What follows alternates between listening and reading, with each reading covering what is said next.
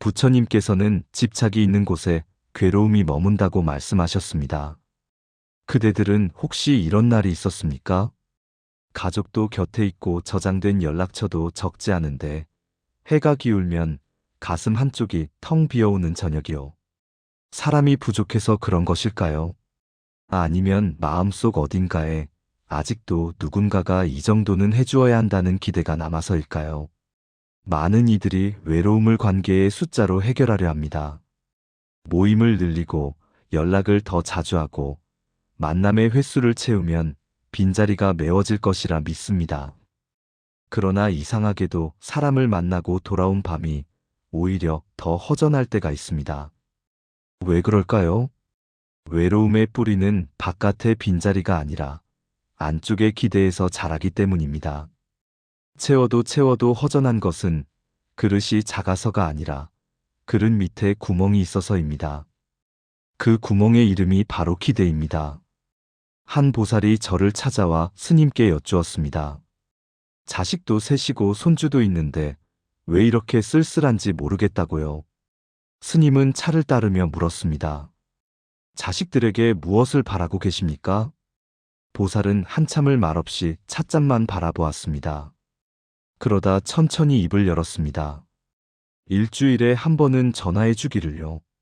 명절에는 먼저 찾아와 주기를요. 내 생일쯤은 기억해 주기를요.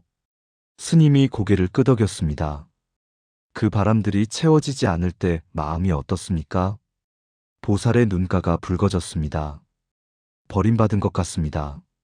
스님은 찻잔을 내려놓으며 말했습니다. 버림받은 것이 아닙니다. 다만 기대가 먼저 도착해서 기다리고 있었을 뿐입니다. 기대가 클수록 실망이 들어설 자리도 넓어집니다. 외로움은 사람이 없어서가 아니라 내 안의 기대가 채워지지 않아서 생기는 그림자입니다. 보살은 고개를 숙인 채 오래 앉아 있었습니다. 스님이 다시 물었습니다. 자식들이 연락하지 않는 날, 보살님은 무엇을 하고 계십니까? 보살이 대답했습니다. 전화기만 바라봅니다. 혹시 연락이 올까 싶어서요. 스님이 조용히 말했습니다. 그 시간 동안 보살님의 마음은 이미 자식에게 가 있습니다. 몸은 여기 있는데 마음은 저 멀리 가서 기다리고 있으니 지금 이 자리가 텅 빌 수밖에요. 기다림이 길어질수록 지금 이 순간은 비어갑니다. 그것이 외로움의 실체입니다. 보살이 물었습니다. 그러면 기다리지 말라는 말씀입니까? 스님이 고개를 저었습니다. 기다림 자체가 나쁜 것이 아닙니다. 다만 기다림에 온 마음을 맡기지 말라는 것입니다. 연락이 오면 반갑고 오지 않아도 오늘 하루를 살 수 있다면 기다림은 더 이상 감옥이 아닙니다. 바람이 불어도 괜찮고 불지 않아도 괜찮은 나무처럼 그렇게 서 있을 수 있다면 외로움은 그대를 휘두르지 못합니다. 오늘 이야기는 여기서 시작합니다. 노년의 외로움을 줄이는 길이 더 붙잡기에 있지 않고 덜 머무르기에 있다는 것을요. 지금 그대의 마음이 가장 많이 붙들고 있는 기대는 무엇입니까? 나이가 들면 몸이 느려지고 일정이 줄어듭니다. 한때는 바빠서 만나지 못했던 사람들을 이제는 시간이 있어도 만나기 어렵습니다. 그래서 남아있는 관계에 더 많은 의미를 싣게 됩니다. 이 사람만큼은 나를 알아주어야 한다. 이 관계만큼은 변하지 않아야 한다. 이런 마음이 조용히 쌓입니다. 문제는 그 무게입니다. 관계에 기대를 많이 실을수록 상대방은 무거워집니다. 왜 연락이 뜸하지? 왜 나만 먼저 손 내미는 것 같지? 왜 예전 같지 않지? 이런 생각이 올라오면 따뜻했던 사이가 어느새 평가와 서운함의 자리로 바뀝니다. 마음을 주고 싶어서 시작한 관계가 마음을 재는 자리가 되어버립니다. 부처님께서 말씀하신 연기라는 가르침이 있습니다. 모든 것은 원인과 조건이 만나 일어난다는 뜻입니다. 외로움도 마찬가지입니다. 혼자라는 사실만으로는 외로움이 되지 않습니다. 거기에 일해야 한다는 기대가 조건으로 붙을 때 비로소 외로움이 피어납니다. 기대라는 조건이 사라지면 같은 상황에서도 마음의 풍경이 달라집니다. 홀로 있어도 고요할 수 있고 함께 있어도 평온할 수 있습니다. 한 할머니가 계셨습니다. 남편을 먼저 보내고 홀로 사는 지 10여 년이 넘었습니다. 자식들은 각자의 삶에 바쁘고 명절에나 얼굴을 봅니다. 처음에는 서운함이 컸습니다. 이렇게 키워놓았는데 왜 찾아오지 않는가? 전화 한 통이 그리 어려운가? 그 마음이 쌓이고 쌓여 어느 날은 자식들 얼굴을 보면서도 웃을 수가 없었습니다. 반가움보다 원망이 먼저 올라왔기 때문입니다. 그러던 어느 날 절에서 스님의 법문을 들었습니다. 스님은 이렇게 말씀하셨습니다. 관계를 살리려는 마음이 오히려 관계를 조일 때가 있습니다. 붙잡으려 할수록 손안의 모래는 빠져나갑니다. 할머니는 그 말이 가슴에 박혔습니다. 내가 관계를 살리려던 것인가? 아니면 내 기대를 채우려던 것인가? 돌아보니 자식을 바라볼 때 사람이 아니라 내 기대의 그림자를 보고 있었습니다. 그날 이후 할머니는 조금씩 달라졌습니다. 전화가 오지 않는 날에도 원망 대신 자신의 하루를 돌보기 시작했습니다. 아침에 일어나 마당에 물을 주고 오후에는 가까운 절을 찾아 염불을 하고 저녁에는 조용히 차 한 잔을 마셨습니다. 그러자 신기하게도 자식들이 전화할 때 목소리가 달라졌습니다. 엄마 목소리가 편해졌다고, 전화하기가 더 좋아졌다고 했습니다. 기대를 내려놓자 관계가 숨을 쉬기 시작한 것입니다. 할머니는 나중에 이렇게 말씀하셨습니다. 자식들이 변한 게 아니라 내가 먼저 변했더구나. 내가 기대를 내려놓으니까 자식들이 부담 없이 다가오더구나. 전에는 전화가 오면 왜 이제야 하느냐는 말이 먼저 나왔는데 이제는 그냥 반갑다는 말이 먼저 나옵니다. 그 차이가 관계를 살렸습니다. 지금 그대는 관계 속에서 사람을 보고 있습니까? 아니면 내 기대를 보고 있습니까? 외로움이 커지는 신호는 크게 나타나지 않습니다. 천둥처럼 몰아치지 않고 이슬처럼 조용히 스며듭니다. 그래서 알아차리기 어렵습니다. 마음이 이미 기대에 붙들려 있어도 자신은 그저 당연한 바람이라고 여깁니다. 몇 가지 신호가 있습니다. 누군가와 대화를 마치고 나서 내용은 기억나지 않고 내가 존중받았는가 하는 느낌만 남을 때가 있습니다. 상대의 말은 흘러가고 그 사람이 나를 어떻게 대했는가만 곱씹게 될 때 이미 마음은 관계가 아니라 평가에 가 있는 것입니다. 답장이 늦을 때 상대의 사정을 묻기 전에 내 안에서 먼저 섭섭함이 부풀어 오른다면 그것도 신호입니다. 만남이 끝난 뒤에 평안함이 아니라 피로만 남는다면 그 자리는 연결이 아니라 소모가 되었을 수 있습니다. 부처님께서 말씀하신 공이라는 가르침이 있습니다. 공은 아무것도 없다는 뜻이 아닙니다. 모든 것에 고정된 본질이 없다는 뜻입니다. 지금 느끼는 서운함도 영원히 박혀있는 진실이 아닙니다. 원인과 조건이 모여 잠시 일어난 마음의 파도일 뿐입니다. 파도는 일어났다가 사라집니다. 그것을 붙잡아 진실로 굳히는 것은 파도가 아니라 나의 손입니다. 한 남자가 있었습니다. 평생을 일하고 은퇴한 뒤 친구들과 자주 만났습니다. 그런데 어느 순간부터 모임이 불편해졌습니다. 누가 더 자주 연락하는가? 누가 먼저 안부를 묻는가? 누가 더 신경을 쓰는가? 그런 것들이 눈에 들어오기 시작했습니다. 모임이 끝나면 즐거움보다 허탈함이 남았습니다. 나만 애쓰는 것 같다는 생각이 머리를 떠나지 않았습니다. 어느 날 오래된 벗이 물었습니다. 자네 요즘 표정이 어둡네. 무슨 일인가?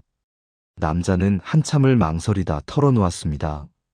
내가 먼저 연락하지 않으면 아무도 찾지 않을 것 같아서 허전하다고요. 벗이 고개를 끄덕이며 말했습니다. 나도 그런 적이 있었네. 그런데 어느 날 깨달았어. 내가 연락하지 않으면 아무도 찾지 않는다는 생각 자체가 내 마음을 갉아먹고 있더군. 연락이 오든 안 오든 내 하루는 내 것인데 나는 그 하루를 다른 사람의 연락 여부에 맡겨버리고 있었어. 남자는 그 말을 오래 곱씹었습니다. 서운함이 사실인지 아닌지보다 중요한 것은 그 서운함 위에 얼마나 오래 앉아 있는가였습니다. 감정은 지나가는 구름인데 자신은 그 구름 아래 텐트를 치고 눌러 앉아 있었던 것입니다. 남자는 그 뒤로 모임에 나가는 마음을 바꾸었습니다. 누가 먼저 연락했는지 세지 않기로 했습니다. 내가 만나고 싶으면 내가 연락하고 상대가 바쁘면 다음을 기약했습니다. 이상하게도 그렇게 하니까 모임이 다시 즐거워졌습니다. 쟤는 마음을 내려놓으니 만남 자체가 선물이 되었습니다. 외로움의 신호는 바깥에서 오는 것이 아니라 안에서 켜지는 것이었습니다. 지금 그대가 가장 자주 붙드는 서운함의 장면은 어떤 모습입니까? 사람들은 관계가 넓으면 외롭지 않을 것이라 생각합니다. 연락처가 많고 아는 얼굴이 많고 불러주는 자리가 많으면 마음이 채워질 것이라 믿습니다. 그러나 실상은 다릅니다.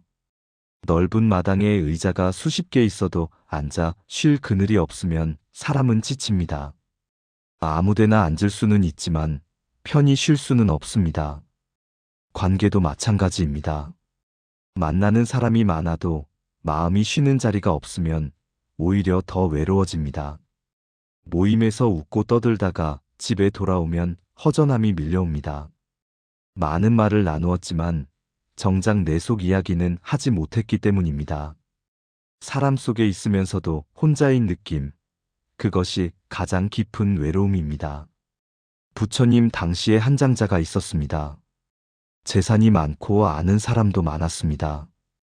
집에는 늘 손님이 드나들었고 잔치가 끊이지 않았습니다. 그러나 밤이 되면 장자는 홀로 마당에 앉아 한숨을 쉬었습니다. 이 많은 사람들 중에 나를 진정으로 아는 이가 있는가? 내가 쓰러지면 누가 진심으로 슬퍼할 것인가? 그 생각이 장자를 잠들지 못하게 했습니다. 장자는 부처님을 찾아갔습니다. 세존이시여, 저는 사람이 부족하지 않은데 왜 이리 외롭습니까? 부처님께서 물으셨습니다. 그대의 집에 오는 사람들은 무엇을 보고 옵니까? 장자가 대답했습니다. 제 재물과 잔치를 보고 옵니다. 부처님께서 다시 물으셨습니다. 그대는 그들에게 무엇을 보여주고 있습니까? 장자는 잠시 생각하다가 대답했습니다. 저도 재물과 잔치를 보여주고 있습니다. 부처님께서 고개를 끄덕이셨습니다. 서로 겉을 보여주고 겉을 보고 있으니 아무리 만나도 마음은 만나지 못하는 것이다. 장자의 눈에 눈물이 고였습니다. 어떻게 해야 합니까? 부처님께서 말씀하셨습니다. 모든 사람에게 속을 보여줄 필요는 없다. 다만 한두 사람에게라도 있는 그대로의 마음을 내어 보여라. 그 한 사람이 그대의 마음이 앉을 자리가 될 것이다. 연락처에 빈칸을 채우려 하지 말고 마음이 앉을 자리 하나를 마련하여라. 장자는 그날 밤 오래 생각했습니다. 내 곁에 수백 명이 있지만 내 마음을 아는 사람은 몇이나 되는가? 아니, 나는 누구에게 내 마음을 보여준 적이 있는가? 늘 좋은 모습만 보여주려 했고 약한 모습은 감추려 했습니다. 그러니 사람들도 겉만 보고 갔던 것입니다. 장자는 다음 날부터 가까운 벗 한 사람에게 조금씩 속마음을 꺼내기 시작했습니다. 처음에는 어색했지만 점점 마음이 가벼워졌습니다. 수백 명의 인연보다 한 사람의 진심이 더 따뜻했습니다. 깊은 연결은 넓은 관계에서 오지 않습니다. 내 말을 끝까지 들어주는 한 사람, 침묵해도 불편하지 않은 한 자리, 꾸미지 않아도 되는 한 공간에서 옵니다. 그대의 마음이 편히 앉을 수 있는 사람과 장소는 어디입니까? 외로움을 느끼면 본능적으로 없애려 합니다. 이 감정을 어떻게든 지워버려야 한다고 생각합니다. 그래서 바쁘게 움직입니다. 사람을 만나고 전화를 걸고 무엇이든 해서 마음을 다른 데로 돌리려 합니다. 그러나 이상하게도 애쓸수록 외로움은 더 선명해집니다. 마치 어두운 방에서 그림자를 쫓으려 할수록 그림자가 더 커지는 것과 같습니다. 왜 그럴까요? 외로움을 없애겠다는 마음 자체가 또 하나의 집착이기 때문입니다. 외로우면 안 된다. 이러면 안 된다. 이런 생각이 외로움 위에 덧붙습니다. 감정 하나에 판단이 얹히고 판단 위에 자책이 쌓입니다. 외로움은 하나인데 괴로움은 셋이 됩니다. 부처님께서 말씀하신 무주라는 가르침이 있습니다. 머무르지 않는다는 뜻입니다. 마음에 무엇이 일어나든 거기에 오래 눌러앉지 않는 것입니다. 외로움이 올라오면 그것을 알아차립니다. 아, 지금 외롭구나. 거기서 멈춥니다. 이것을 해결해야 한다거나 있어서는 안 된다는 이야기를 덧붙이지 않습니다. 그저 올라온 것을 보고 지나가게 둡니다. 한 수행자가 스승을 찾아가 물었습니다. 저는 외로울 때마다 괴롭습니다. 어떻게 하면 외로움을 없앨 수 있습니까? 스승이 대답했습니다. 외로움을 없애려 하지 마라. 없애려 하는 마음이 또 하나의 짐이 된다. 수행자가 다시 물었습니다. 그러면 그냥 외로운 채로 있으라는 말씀입니까?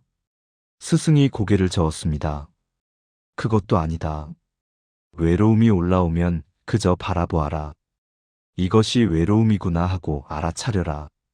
해결하려 들지 말고 도망가려 하지도 말고 다만 그 자리에 서서 지켜보아라. 구름이 하늘을 가린다고 하늘이 사라지지 않듯이 외로움이 마음을 스친다고 마음이 망가지지 않는다. 수행자는 그날부터 달리 수행했습니다. 외로움이 올라오면 억지로 밀어내지 않았습니다. 다른 생각으로 덮으려 하지도 않았습니다. 그저 가만히 앉아서 지켜보았습니다. 처음에는 견디기 어려웠습니다. 그러나 며칠이 지나자 신기한 일이 벌어졌습니다. 외로움이 예전보다 빨리 지나갔습니다. 붙잡지 않으니 머무를 이유가 없었던 것입니다. 수행자는 스승을 다시 찾아가 여쭈었습니다. 이제 외로움이 와도 예전처럼 괴롭지 않습니다. 무엇이 달라진 것입니까? 스승이 말했습니다. 외로움이 달라진 것이 아니다. 네가 외로움을 대하는 자리가 달라진 것이다. 전에는 외로움 안에 들어가 함께 휩쓸렸고 지금은 외로움 밖에 서서 바라보고 있다. 그 한 걸음 차이가 괴로움과 평온의 차이다. 외로움은 해결할 대상이 아니라 지나가는 손님입니다. 손님을 붙잡아 앉히면 주인이 피곤해집니다. 문을 열어두되 붙잡지 않으면 손님은 왔다가 갑니다. 지금 그대의 마음은 무엇을 붙잡으려 애쓰고 있습니까? 나이가 들수록 마음 한편에 조용히 자라는 두려움이 있습니다. 나는 잊히는 사람이 아닐까? 아무도 나를 기억하지 않으면 어떻게 하나? 이 두려움은 외로움의 가장 깊은 뿌리입니다. 혼자 있는 것이 무서운 게 아니라 혼자 있는 나를 아무도 찾지 않을까봐 무서운 것입니다. 이 두려움은 어디서 올까요? 나라는 존재가 단단히 고정되어 있고 누군가의 확인이 있어야만 그 가치가 유지된다는 믿음에서 옵니다. 사람들이 나를 찾아야 내가 의미 있고 기억해 주어야 내가 가치 있다고 생각합니다. 그래서 연락이 뜸해지면 마음이 흔들립니다. 내 존재가 흔들리는 것처럼 느껴지기 때문입니다. 부처님께서 말씀하신 무아라는 가르침이 있습니다. 무아는 내가 없다는 뜻이 아닙니다. 고정된 나, 변하지 않는 나, 다른 것과 분리된 나가 없다는 뜻입니다. 나는 관계 속에서 생기고 시간 속에서 변하고 인연 따라 흐릅니다. 어제의 나와 오늘의 나는 같지 않습니다. 그러니 누군가에게 확인받지 못해도 무너질 본질 자체가 없습니다. 이것을 알면 안도가 생깁니다. 전화가 오지 않아도 내가 사라지는 것이 아닙니다. 찾는 사람이 없어도 내 존재가 지워지는 것이 아닙니다. 나는 지금 여기에서 숨 쉬고 있고 그것만으로 이미 존재합니다. 확인받는 것은 덧붙여지는 것이지 있어야만 존재가 성립되는 것이 아닙니다. 한 노인이 있었습니다. 평생을 가족을 위해 살았습니다. 자식들을 키우고 손주들을 돌보고 집안의 대소사를 챙겼습니다. 그런데 나이가 드니 모두 자기 삶으로 바빠졌습니다. 전화도 뜸해지고 찾아오는 발길도 줄었습니다. 노인은 점점 초라해졌습니다. 내가 이렇게 살았는데 이제 다들 나를 잊는구나. 그 생각이 가슴을 짓눌렀습니다. 어느 날 새벽 잠에서 깬 노인이 창밖을 보았습니다. 아무도 없는 거리에 가로등 하나가 켜져 있었습니다.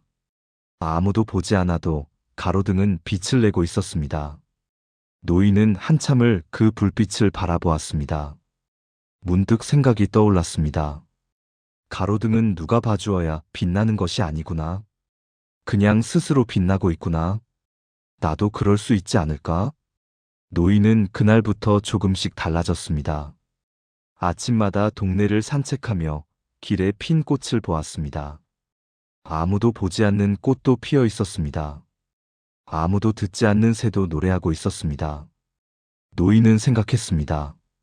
나도 누가 봐주지 않아도 내 하루를 살 수 있구나. 확인받지 않아도 괜찮구나. 그 생각이 마음을 조금씩 풀어주었습니다. 감정은 느끼되 그 위에 이야기를 얹지 않는 것이 자유의 시작입니다. 외롭다고 느끼는 것과 그래서 나는 버림받았다고 결론 짓는 것은 다릅니다. 느낌은 느낌으로 두고 이야기는 덧붙이지 않아도 됩니다. 그대는 어떤 순간에 인정받아야만 괜찮다는 생각에 붙잡힙니까? 노년의 에너지는 한정되어 있습니다. 젊을 때처럼 모든 관계를 같은 무게로 안고 갈 수 없습니다. 그래서 선택이 필요합니다. 어떤 관계를 가까이 두고 어떤 관계는 멀리 두어야 할지 정리가 필요합니다. 이것은 냉정함이 아니라 지혜입니다. 모든 관계가 다 좋은 것은 아닙니다. 만나고 나면 마음이 흐려지는 사람이 있습니다. 함께 있으면 자꾸 비교하게 되는 사람이 있습니다. 내가 늘 증명해야만 유지되는 관계가 있습니다. 이런 관계는 아무리 오래되어도 마음을 소모시킵니다. 정이 있어서 체면 때문에 습관이라서 끊지 못하고 있다면 한번 돌아볼 필요가 있습니다. 부처님께서 말씀하신 자비는 모든 것을 품는 것만이 아닙니다. 나를 해치는 것에서 물러나는 것도 자비입니다. 나 자신을 함부로 소모시키지 않는 것이 나를 향한 자비입니다. 누군가를 미워하지 않으면서도 거리를 둘 수 있습니다. 원망하지 않으면서도 만남을 줄일 수 있습니다. 이것이 노년의 관계 지혜입니다. 한 보살이 스님께 물었습니다. 오래된 친구가 있는데 만나면 늘 피곤합니다. 그 사람은 자기 이야기만 하고 제 말은 듣지 않습니다. 그래도 30년 친구인데 끊을 수가 없습니다. 스님이 물었습니다. 그 친구를 만나고 나면 마음이 어떻습니까? 보살이 대답했습니다. 기운이 빠지고 왜 만났나 후회됩니다. 스님이 다시 물었습니다. 30년 동안 무엇을 지키고 계신 겁니까? 우정입니까? 아니면 우정이라는 이름입니까? 보살은 말문이 막혔습니다. 스님이 조용히 말했습니다. 관계를 끊으라는 말이 아닙니다. 다만 무엇이 진짜 연결인지 살펴보라는 말입니다. 만나면 서로의 마음이 따뜻해지는 것이 연결입니다. 만나면 한쪽이 기운을 잃는 것은 연결이 아니라 소모입니다. 소모되는 자리를 비워야 진짜 연결이 들어올 틈이 생깁니다. 보살은 그 뒤로 관계를 천천히 정리했습니다. 그 친구와의 만남을 완전히 끊지는 않았지만 횟수를 줄였습니다. 대신 만나면 마음이 편해지는 다른 법과 더 자주 만났습니다. 그랬더니 하루하루가 달라졌습니다. 만남이 줄었는데 오히려 마음은 더 풍요로워졌습니다. 숫자가 아니라 질이 관계의 깊이를 만든다는 것을 그때 알았습니다. 스님이 마지막으로 말씀하셨습니다. 나이가 들수록 가벼워져야 합니다. 무거운 짐을 내려놓아야 먼 길을 갈 수 있습니다. 관계도 마찬가지입니다. 모든 관계를 다 안고 갈 필요는 없습니다. 지키려는 것이 사랑인지 체면인지 연결인지 습관인지 살펴보는 것도 수행입니다. 지금 그대가 지키려는 관계는 사랑입니까? 아니면 이름뿐인 관계입니까? 외로움을 완전히 없애는 방법은 없습니다. 살아있는 한 외로움은 때때로 찾아옵니다. 그러나 외로움을 다루는 방법은 배울 수 있습니다. 거창한 변화가 아니라 작은 실천에서 시작됩니다. 먼저, 오늘 딱 한 사람에게 짧은 안부를 건네보십시오. 길게 쓸 필요 없습니다. 오늘 문득 생각나서 연락해요. 이 한 줄이면 됩니다. 답장을 기대하지 말고 그냥 보내십시오.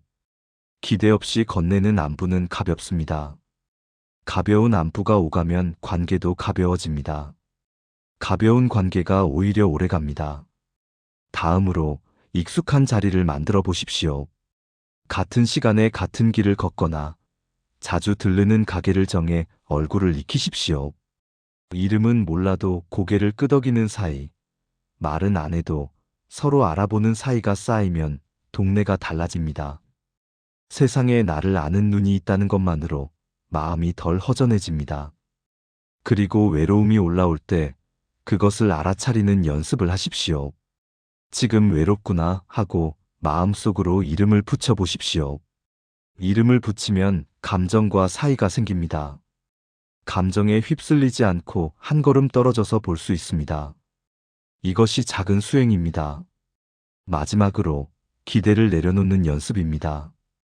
오늘 하루 아무에게도 아무것도 바라지 않겠다고 마음먹어 보십시오. 전화가 와도 좋고 안 와도 좋다. 찾아와도 좋고 안 와도 좋다. 이렇게 마음을 놓아 보십시오. 하루만이라도 기대 없이 지내보면 그날 하루가 얼마나 가벼운지 알게 됩니다. 부처님 당시에 한 비구가 있었습니다. 그는 숲속에서 홀로 수행했습니다. 다른 비구들이 물었습니다. 혼자 있으면 외롭지 않습니까? 비구가 대답했습니다. 처음에는 외로웠습니다. 그래서 누군가 찾아오기를 바랐습니다. 그런데 기다릴수록 더 외로웠습니다. 어느 날 기다림을 내려놓았습니다. 오면 반갑고 오지 않으면 나무와 벗하겠다고 마음먹었습니다. 그랬더니 외로움이 사라지지는 않았지만 외로움이 나를 흔들지 못하게 되었습니다. 외로움은 사라지는 것이 아니라 다루어지는 것입니다. 어디에 마음을 두느냐에 따라 같은 외로움도 다르게 느껴집니다. 기대에 마음을 두면 외로움이 커지고 지금 이 순간에 마음을 두면 외로움이 잔잔해집니다. 부처님께서 말씀하셨습니다. 붙잡는 마음이 괴로움의 시작이요. 놓아주는 마음이 평화의 시작이라고요. 외로움도 마찬가지입니다. 붙잡으면 무거워지고 놓아주면 가벼워집니다. 끝으로 한 문장만 남기겠습니다. 기대를 내려놓는 순간 마음이 숨을 쉽니다. 오늘 그대는 무엇 하나를 내려놓고 무엇 하나를 조용히 연결해 보시겠습니까? 그것이 외로움을 다루는 첫걸음입니다.